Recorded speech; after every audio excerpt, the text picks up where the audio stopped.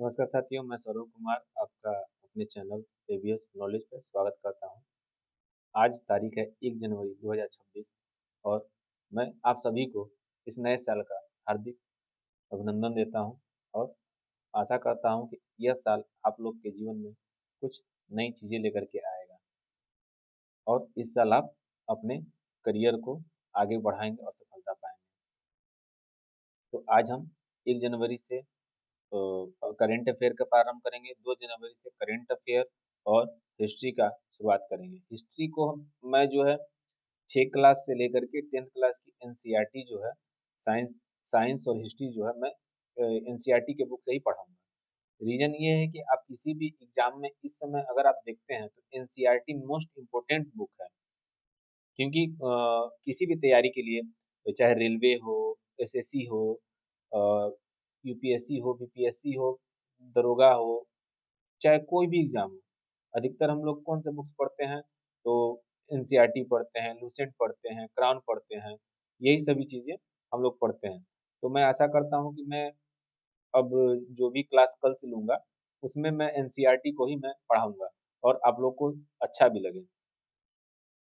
और साथ में साथ एक बात और कहना चाहूंगा, अगर जिन जिन के पास ये वीडियो पहुंचे कृपया करके वो प्लीज सब्सक्राइब करें, फॉलो करें, लाइक करें, जिससे मुझे आगे बढ़ने में मदद मिलेगी। तो आज हम लोग स्टार्ट करते हैं करंट अफेयर से। 31 दिसंबर का और 1 जनवरी का दोनों मिक्सअप करके कुछ करंट अफेयर हैं जो मैं आपको आज पढ़ाऊंगा। जैसे हम देख सकते हैं कि आज पहला क्वेश्चन मैंने लिया हुआ अभी कि हाल ही में किसे global life time achievement award से सम्मानित किया गया है। कितने लोगों ने तो सुबह में इस चीज को पढ़ लिया होगा, पर शाम के वक्त आप रिवीजन की तरह ही समझ करके इसे आप पढ़ सकते हैं। तो नोवाक जोकोविच जो है, जो एक सर्बियाई खिलाड़ी हैं, इनको global life time achievement award से सम्मानित किया गया है। Option number C. Option number C. आप देख सकते हैं कि नोवाक जोकोविच को इस बार global life time achievement award से सम्मानित किया गया है। इनके बारे में कुछ और बातें आप जान के रखिए कि ये एक सर्बियाई पेशेवर खिलाड़ी है। इन्होंने 24 ग्रैंड स्लैम एकल खिताब पुरुष का रिकॉर्ड जीता है, 100 से अधिक एटीपी दूर खिताब टूर खिताब और 2024 पेरिस ओलंपिक में स्वर्ण पदक सहित कई रिकॉर्ड इनके नाम हैं। तो ये एक कह सकते हैं, जैसे सचिन तेंदुलकर क्रिकेट के लिए हैं तो ये टेनिस के लिए हैं। चलिए आइए दूसरे क्वेश्चन पे चलते हैं कि हाल ही में वर्ल्ड पुलिस और फायर गेम्स 2029 की 8 डिसिप्लिन की मेजबानी कौन करेगा? देखिए और बताइए कि कौन कर रहा है। जिन लोगों ने सुबह में पढ़ लिया होगा, मैं लेट हूँ, मेरा पहला वीडियो है तो थोड़ा मुझे अभी समय लग रहा है, लेकिन आप जिन्होंने पढ़ा हुआ है उनका रिवीजन भी हो जाएगा। जो अभी अभी मेरी पहली बार कोई मेरा वीडियो देख रहा है तो वो भी देख सकता है।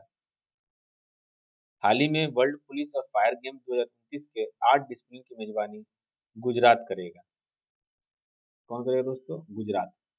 नीचे में दूसरे राज्य के सीएम और राज्यपाल हैं। जो सीएम भजन लाल शर्मा जी हैं वो राजस्थान के हैं और राज्यपाल श्री हरि भाव किशन राव जी हैं जो राज्यपाल हैं राजस्थान के। और हम लोग देख सकते हैं कि जो हमारा गुजरात है वो पाकिस्तान से भी सीमा बनाता है और उसके सटे सटे देखिए हमारे कुछ राज्य भी हैं। आप मैप में देख सकते हैं। यहाँ देखिए, जैसे यहाँ पर है आपका, ये गुजरात का ही नक्शा है। तो यहाँ देखिए जैसलमेर है। तो जो ये नक्शे में जो बाहर निकला रहता है ना, तो जो मेन हिस्सा होता है लास्ट वाला, हम लोग जब मैप देखते हैं इंडियन मैप का तो बस यही ये वाला हिस्सा ही दिखाई देता है। आप कभी भी गौर कीजिएगा। तो अब लेकिन ये जो नक्शा है ये इस प्रकार है गुजरात का। तो जो भी हो, गुजरात का ये नक्शा है, आप इसे अच्छी तरीके से देख लीजिएगा। आगे बढ़ते हैं तीसरे क्वेश्चन की तरफ, जिसे मैं अगले पेज पे लेता हूँ।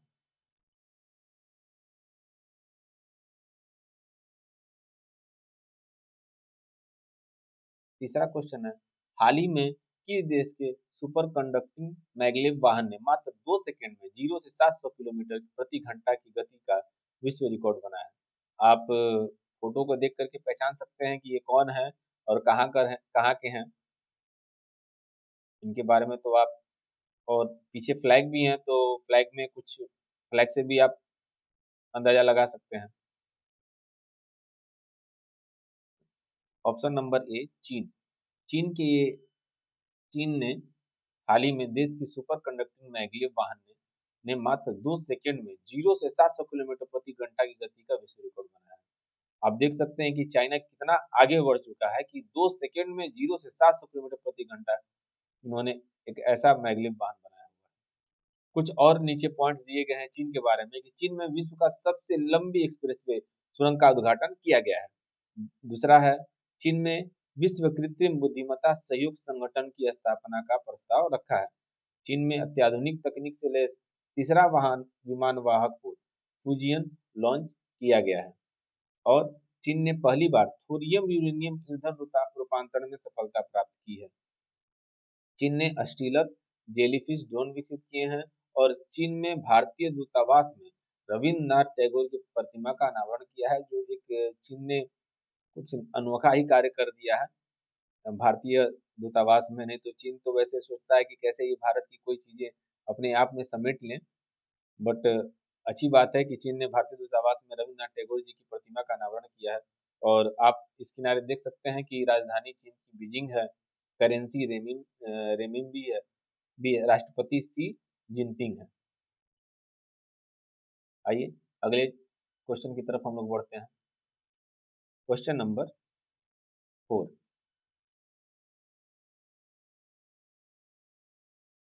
आप इनको देख के पहचान ही सकते हैं कि ये कौन है। जी जी जी, हाल ही में अंतर्राष्ट्रीय क्रिकेट में 10,000 रन बनाने वाली दूसरी भारतीय महिला क्रिकेटर कौन बनी है?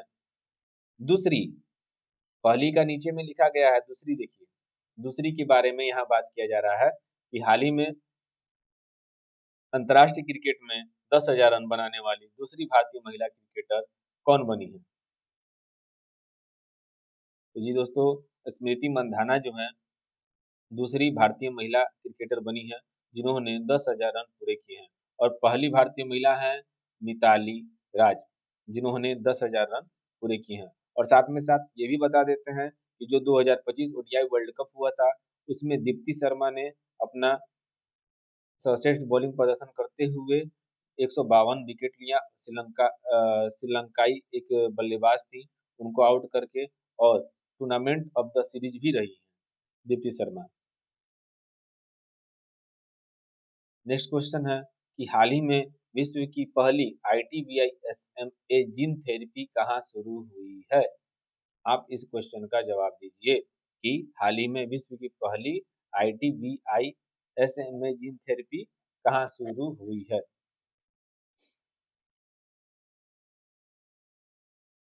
जी दोस्तों, ये शुरू हुआ है अबू धाबी में। अबू धाबी में पहली ITVI SMA जीन थेरेपी शुरू हुई है। और इसके बारे में एक और कुछ तथ्य है, जान लीजिए कि अबू धाबी ने स्वास्थ्य सेवा, कौन सी सेवा? स्वास्थ्य सेवा के क्षेत्र में एक ऐतिहासिक एक ऐतिहासिक उपलब्धि हासिल की है। दुनिया में पहली बार स्पाइनल मस्कुलर एट्रोफी से पीड़ित एक मरीज को ये जो जीन थेरेपी है जो दी है। यह उपचार सटीक चिकित्सा और जीनोमिक्स आधारित स्वास्थ्य की सेवा में एक महत्वपूर्ण कदम है। तो देखिए, अबू धाबी भी चाइना जैसे आगे बढ़ रहा है, अबू धाबी भी धीरे धीरे आगे बढ़ता हुआ जा रहा है। हमारा नेक्स्ट क्वेश्चन आगे ये रहा, पेज नंबर 5 पे। आप इनको तो नीचे खालिदा जिया को तो छोड़िए, लेकिन हाँ ऊपर वाले को देखिए, जैसा उनका मुंह है वैसा उनका कार्य है। ये पीठ पे छुरे घोंपने वाले इंसान हैं, जिन्होंने जब अभी भारत और पाकिस्तान के बीच युद्ध हुआ था तो उन्होंने इतने टैरिफ पे टैरिफ लगाए हुए हैं भारत के प्रति कि लगता है कि भारत पाकिस्तान इनका संबंधी ना होकर के इनका स्वतंत्र हो गया है। लेकिन हाँ, पाकिस्तान भारत तो नहीं, पाकिस्तान इनका संबंधी है और भारत इनके स्वतंत्र है। क्योंकि मोदी जी ने इनके छाती पे इतने मूंग दरे हैं कि इनको दिक्कत हो रहा है भारत से। तो आइए, हाल ही में इजराइल का 2026 का शांति पुरस्कार किसे मिलेगा? पता नहीं इजराइल को क्या हुआ है कि इनको शांति का पुरस्कार दे रहा है। हाँ, इजराइल देगा ही। चलिए, तो डोनाल्ड ट्रंप को इन्होंने शांति का नोबेल पुरस्कार दिया है। नेक्स्ट क्वेश्चन है, हाल ही में किस देश की पहली महिला प्रधानमंत्री खालिदा जिया की मौत हुई है? तो दोस्तों, ये बांग्लादेश की हैं जिनकी मृत्यु हुई है, जो वो बांग्लादेश की प्रथम महिला प्रधानमंत्री हैं।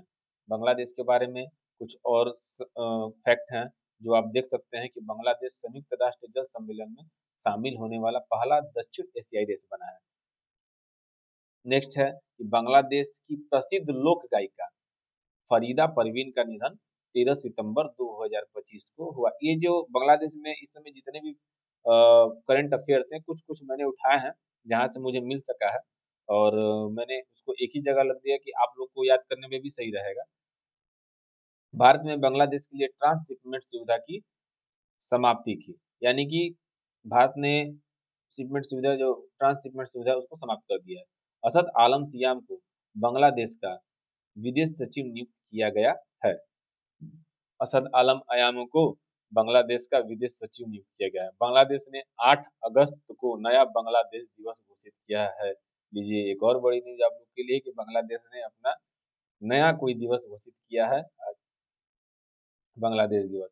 भारत ने भूमि और समुद्री बंदरगाहों के माध्यम से बांग्लादेश से जूट आयात पर प्रतिबंध लगा दिया है। भारत ने जूट आयात पर, बंदरगाहों पर, भारत भूमि और समुद्री बंदरगाहों पर बांग्लादेश में प्रतिबंध लगा दिया है। भारत ने बांग्लादेश से रेडीमेड कपड़ों और प्रोसेस्ड फूड आइटम जैसे कुछ सामानों के आयात पर बंदरगाह पर भी प्रतिबंध लगाया। यानी कि भारत बांग्लादेश के खिलाफ रुख अपनाता जा रहा है। जैसे पाकिस्तान के खिलाफ उन्होंने अपना जो गर्म मिजाज वाला रुख अपनाया था, तो ये अब बांग्लादेश की तरफ भी ये रुख अपनाया जा रहा है, जो एक तरह से सही भी है। आपने अभी करंट में ही देखा कि कैसे एक हिंदू को वहाँ जला दिया गया। तो मैं इन बातों को मैं किसी जातिगत की बात नहीं कर रहा हूँ, लेकिन हाँ, वहाँ है कि कुछ पक्ष हैं जो दूसरे पक्ष को नुकसान पहुंचा रहे हैं, जो एक निंदनीय, बहुत बुरी बात है।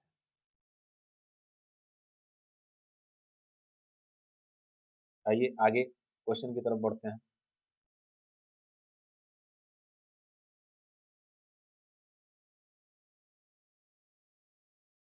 हाल ही में जारी रिपोर्ट के अनुसार भारत रेयर अर्थ रिजर्व के मामले में कौन से स्थान पर रहा है?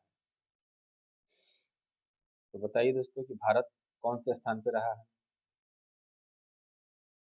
हाल ही में जारी रिपोर्ट के अनुसार भारत रेयर अर्थ रिजर्व के मामले में कौन से स्थान पर रहा है? तो दोस्तों, भारत जो है तीसरे स्थान पर रहा है रेयर अर्थ रिजर्व के मामले में।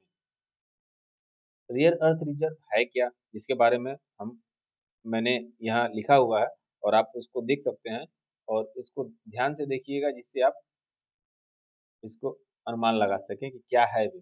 रेयर अर्थ रिजर्व उन भूभागों या भंडारों को कहते हैं जिनमें 17 खास धातुएं, दुर्लभ मृदा तत्व जो भी है कि खनिज पाए जाते हैं, जो इलेक्ट्रॉनिक सुरक्षा और स्वच्छ ऊर्जा जैसी आधुनिक तकनीकों के लिए बहुत महत्वपूर्ण है। भले ही ये तत्व पृथ्वी में प्रचुर मात्रा में हो, लेकिन इनका खनन योग्य सांद्रता में मिलना मुश्किल होता है।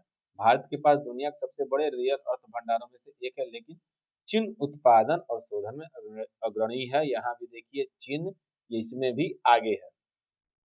आगे आइए कि हाल ही में पिनाका लंबी दूरी के निर्देशित रॉकेट का पहल परीक्षण कहाँ सफलतापूर्वक संपन्न हुआ है? तो चार ऑप्शन दिए गए हैं, चांदीपुर, विशाखापट्टनम, जैसलमेर, महाराष्ट्र। तो आप बता सकते हैं कि ये कहाँ किया गया है? तो ये दोस्तों चांदीपुर में किया गया है, जो उड़ीसा में है। और ये किसने किया है? इसे डीआरडीओ ने किया है। कहाँ से? तो Chandipur Orissa integrated test range किया गया है। कब? तिथि भी याद रखिएगा। तिथि याद रखना बहुत ही आवश्यक है। कभी कभी परीक्षाओं में तिथि पूछ देता है, हम लोग भी तैयारी करते हैं, ऐसा नहीं है। बट अब पढ़ा भी रहे हैं, तैयारी भी कर रहे हैं, जिससे मेरे रिवीजन भी होता रहेगा, और हम आप लोग को भी सहायता होती रहेगी। 29 दिसंबर 2025 को इन्होंने इसे सफलतापूर्वक परीक्षण किया। और ये किस कंपनी द्वारा किया गया है? तो ये दो कंपनियां हैं, इन्हीं के द्वारा जो है की गई है, MIL और EEL। इसकी रेंज जो है 120 किलोमीटर दी गई है। आगे कुछ क्वेश्चन है जो मैं आपको बताता हूँ, कुछ क्वेश्चन और हैं जो आप लिख लीजिएगा अपने आप से। कुछ मेन क्वेश्चन थे जो मैंने निकाले थे आप लोगों के लिए। जैसे में एक क्वेश्चन है कि फिल्म फिल्म ध्रुव एनजी सिविल वेरिएंट हेलीकॉप्टर की पहली उड़ान को किसने हरी झंडी दिखाई थी? ये फिल्म नहीं होगा, एक है, सॉरी, यहाँ है कि ध्रुव एनजी सिविल वेरिएंट हेलीकॉप्टर की पहली उड़ान को किसने हरी झंडी दिखाई थी? जिसमें चार ऑप्शन है, अमित शाह जी, नितिन गडकरी जी, नरेंद्र मोदी जी, राम मोहन नायडू जी। तो इसका आंसर होगा राम मोहन नायडू जी ने ध्रुव एनजी सिविल वेरिएंट हेलीकॉप्टर का पहला उड़ान को हरी झंडी दिखाई है। ये राम मोहन नायडू को आप जानते होंगे, ये 33वें नागरिक उड्डयन मंत्री के रूप में यह इस समय कार्यरत है। नेक्स्ट क्वेश्चन पे चलते हैं कि हाल ही में किसने पुरुष T20 अंतर्राष्ट्रीय मैचों में 8 विकेट लेकर के इतिहास रचा है? 8 विकेट लेकर के, तो सोनम एसी करके है एक लड़का है जिसने 8 विकेट लेकर के यह इतिहास रचा है। नेक्स्ट क्वेश्चन है कि हाल ही में डिजिटल दुनिया में 400 साल पुराना डाक परंपरा को बंद करने वाला पहला देश कौन सा है? तो आप बता सकते हैं कि यह देश डेनमार्क है। डेनमार्क में माना जाता है कि 1624 में ही यह प्रारंभ हुआ था, तकरीबन 400 सालों बाद यह बंद हुआ है। डेनमार्क में ये 400 साल बाद क्या हो गया है, डाक जो है बंद हो गया है। हाल ही में 52 उपग्रहों के साथ सुयोज, ध्यान रखिएगा, सुयोज 2.1B, हाल ही में 52 उपग्रहों के साथ सुयोज 2.1B रॉकेट किसने लॉन्च किया है? तो ये किस देश ने लॉन्च किया है? कह सकते हैं, चार ऑप्शन में देता हूँ, चीन, रूस, जापान, ब्रिटेन। तो दोस्तों रूस ने इसे लॉन्च किया है। तो आज के लिए बस इतना ही। और मैं थोड़ा सा, आज मेरा पहला वीडियो है तो थोड़ा मैं हिचकिचाहट में भी हूँ। तो जो भी होगा, आप आज के लिए इतना ही।